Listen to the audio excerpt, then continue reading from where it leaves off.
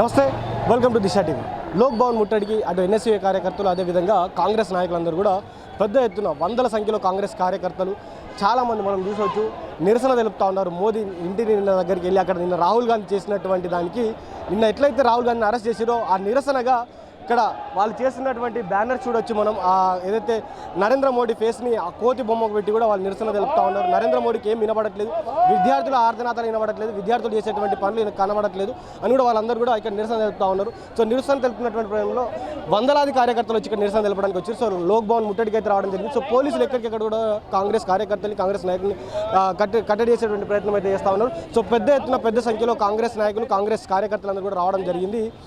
ఏదైతే ఈ కాంగ్రెస్ జనతా పార్టీ చేస్తున్నటువంటి దాన్ని కావచ్చు, లేదా విద్యార్థులపై జరిగినటువంటి దాడిని కావచ్చు ఖండిస్తూ నిన్న రాహుల్ గాంధీ అక్కడ నరేంద్ర మోడీ ఇంటి వద్ద నిరసన తెలపడానికి పోయినటువంటి తరుణంలో అక్కడ నాయకుల్ని కావచ్చు, అక్కడ ఉన్నటువంటి వారిని కూడా ఇష్టానుసారంగా గుంజుకుపోయినటువంటి పరిస్థితి. సో ఈరోజు కాంగ్రెస్ పార్టీకి సంబంధించినటువంటి నాయకులందరూ కూడా నరేంద్ర మోడీ విగ్రహాన్ని కావచ్చు, నరేంద్ర మోడీ ఫోటోని ఒక విగ్రహం టైప్లో అయితే రావణాసుడి విగ్రహం ఉంటుంది కదా, సో ఆ టైప్లో కూడా తీసుకురావడం జరుగుతూ ఉంది. సో అట్లా కూడా నరేంద్ర మోడీకి ఆపోజిట్గా నినాదాలు తెలుపుతూ ఉన్నారు. సో నరేంద్ర మోడీ ఏదైతే ధర్మేంద్ర ప్రధాన్ ఉన్నాడో ధర్మేంద్ర ప్రధాన్ రిజైన్ చేయాలి. సో నరేంద్ర మోడీ నైతిక బాధ్యత తీసుకోవాలి. నరేంద్ర మోడీకి ప్రజలు చెప్పేటువంటి కావచ్చు, ఈ ప్రజలు కావచ్చు, ఇక్కడ ఉన్నటువంటి వాళ్ళు చేసేటువంటి ధర్నాలు కావచ్చు వినబడట్లేదు, కనబడట్లేదు.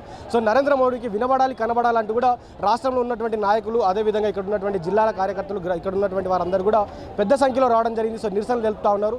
సో నిరసనలు తెలుపుకుంటూ లోక్ భవన్ ముట్టడికి అయితే వెళ్తూ ఉన్నారు. మరి చూద్దాం ఏం మాట్లాడతారు, ఏం చేస్తారని కూడా చూద్దాం.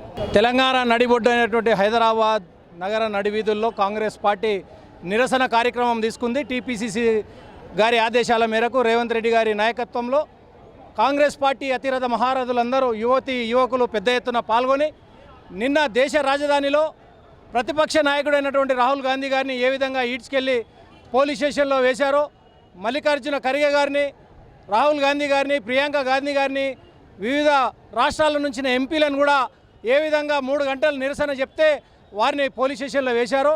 ఎందుకు అంటే ప్రజాస్వామ్యంలో నిరసన చెప్పే హక్కు ప్రతి ఒక్కరికి ఉంది. అది రాజ్యాంగం కల్పించిన మన హక్కు. దాన్ని పేపర్ లీకేజీ అయ్యి 2 సంవత్సరాలైనా ఎలాంటి వారి మీద చట్టపరమైన చర్యలు తీసుకోకపోవడంతో దేశవ్యాప్తంగా ఉన్నటువంటి యువకులందరూ జంతర్ మంతర్లో ఒక సామాజిక కార్యకర్త 20 రోజుల నుంచి నిరాహార దీక్ష చేసి ప్రాణత్యాగం చేయబోయే సందర్భంలో వారిని ఏ విధంగా ఈడ్చుకొని వెళ్ళి హాస్పిటల్ వేశారో దాన్ని నిరసిస్తూ పార్లమెంటు దృష్టికి ఇది తీసుకెళ్లాలి, ఈ సమస్యను తీసుకెళ్లాలని చెప్పి శాంతియుతంగా ఎలాంటి పార్టీలని ఇన్వాల్వ్మెంట్ లేకుండా అన్ని రాష్ట్రాల నుంచి వచ్చిన యువకులు పార్లమెంటు దృష్టికి మార్చ్ చేస్తే లక్షలాదిగా వాళ్ళ తలలు బలగొట్టి కాళ్ళు చేతులు విరగొట్టి రక్తపాతం సృష్టించినటువంటి ఈ మోడీ ప్రజాస్వామ్యం మీద ఆయనకు నమ్మకం లేదు. కాబట్టి ఇలాంటి నిరంకుశత్వమైనటువంటి ఈ పరిపాలన మనకొద్దు. మోడీ గారు రాజీనామా చేయాలి, ధర్మేంద్ర ప్రధాన్ గారిని రాజీనామా చేయించాలనే ఏకైక లక్ష్యంతో ఈరోజు రాష్ట్ర వ్యాప్తంగా ధర్నాలు జరుగుతూ ఉన్నాయి. దానిలో భాగంగా హైదరాబాద్లో రాజ్భవన్ ముట్టడి జరుగుతూ ఉంది. దానికి లక్షలాది మంది కార్యకర్తలు, నాయకులు, పార్టీలకు అతీతంగా యువకులు వచ్చారు. ప్రజాస్వామ్యం అనేది చాలా విలువైనది. ప్రపంచంలో యువకులు ఎక్కువ శాతం ఉన్నటువంటి దేశం మనది. వారి మీదనే దాడి జరిగితే ఇక వారు ఇంకొకరికి చెప్పుకోవాలి.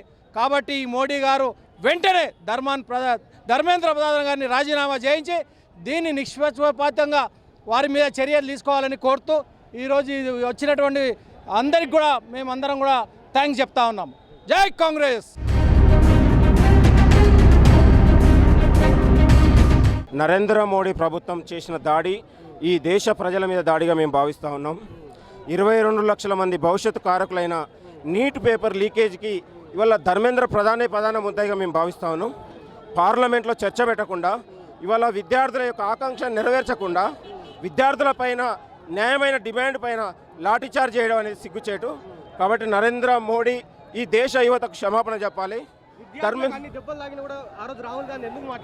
రాహుల్ గాంధీ గారు పార్లమెంట్లో మాట్లాడిండు. నీట్ లీకేజ్ కానుంచి నేటి వరకు ఎన్ఎస్యూ యూత్ కాంగ్రెస్ అగ్రభాగాన విద్యార్థుల పక్షాన పోరాడింది. కాబట్టి విద్యార్థుల యొక్క న్యాయమైన డిమాండ్ను పరిష్కరించాలని డిమాండ్ చేస్తున్నటువంటి ధర్నా ప్లేస్కి ఎందుకు రాహుల్ గాంధీపై అక్కడ మద్దతు తెలిపలేదు? ఎంతో మంది రెండో పాటు వాళ్ళు ఎందుకు రాహుల్ గాంధీ వెళ్ళలేదు? రాహుల్ గాంధీ గారు కూడా వెళ్ళారు. ఖచ్చితంగా రాహుల్ గాంధీ గారు నిన్న వాళ్ళ యొక్క గాయాలను చూసే రాహుల్ గాంధీ గారు మీడియా సమావేశం పెట్టారు, ప్రశ్నించారు పార్లమెంట్ సాక్షిగా. ఖచ్చితంగా ఇది విద్యార్థులపైన దాడిని మేము తీవ్రంగా ఖండిస్తా ఉన్నాం. ఇవాళ ధర్మేంద్ర ప్రధాన్ని ఇమీడియట్లీ ఇవాళ రాజీనామా చేయాలని డిమాండ్ చేస్తున్నాం.